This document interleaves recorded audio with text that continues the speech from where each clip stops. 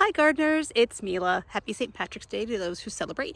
So it's Ithaca in upstate New York, March 17th, and it is like 55 degrees out and glorious. And today, see that pile back there? I'm pointing right there.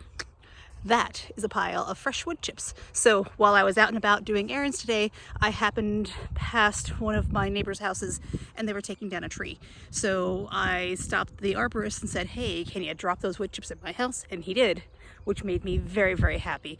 And it makes me happy because I get to build more gardens cheaply and lazily because I have a lot of garden and I have to be lazy, otherwise it's never gonna work. So let me show you something really cool.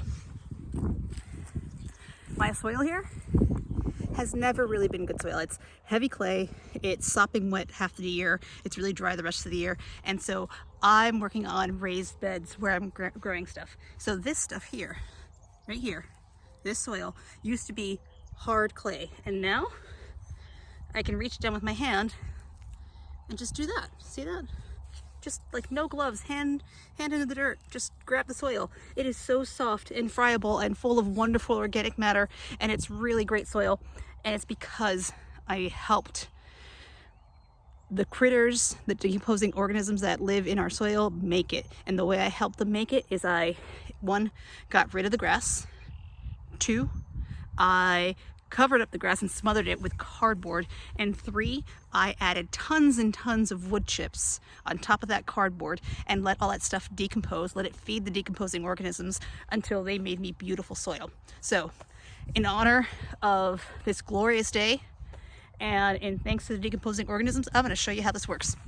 So the first thing I did is I had marked out where I want to make more of this garden. So I've been aiming to do this perimeter garden that runs across my whole driveway for the last few years, and little by little I've been doing it.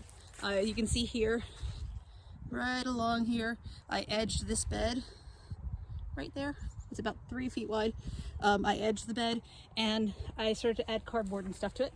So let me show you what happens when you let the decomposing organisms do their thing. So there's a little piece of it where I had already done this in the fall. So you can see when I pull back this old cardboard's kind of soft, you can see that there are worms doing their thing here. You can even see on the back of the cardboard, it looks like those are worm eggs. It's really cool. So it looks like I've got creatures who are very happy. And you can see the new grass that's been coming up.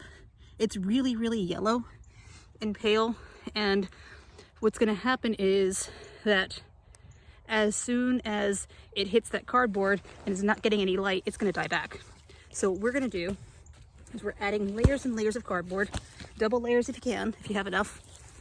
The cardboard has to be really wet for it to work very well. If it's dry, it's actually going to shed water. If it's wet, it'll absorb water.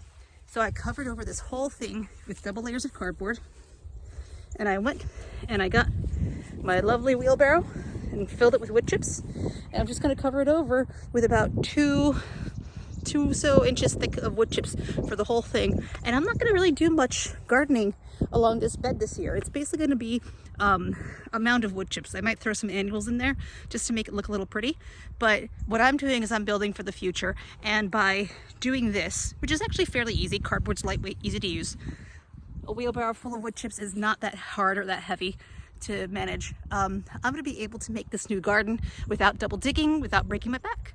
So I hope you enjoy. Good luck.